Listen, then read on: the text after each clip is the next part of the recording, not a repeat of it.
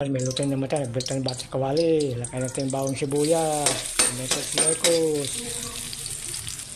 Yung ating structural bell pepper. Mekos. Yan ang toyo. Ito yung ketchup.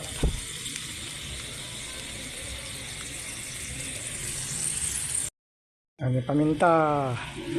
Seasoning granules.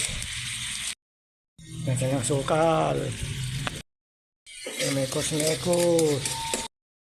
Ilagay natin yung nilagang itlog. Mekos. Lagyan ng konting tubig.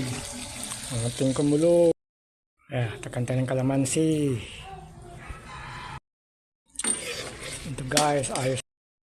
Ito na guys, ang biyang niluto. Ang tinitsa pa ang nilagang itlog. Salamat Lord. Thank you for watching guys. God bless us all.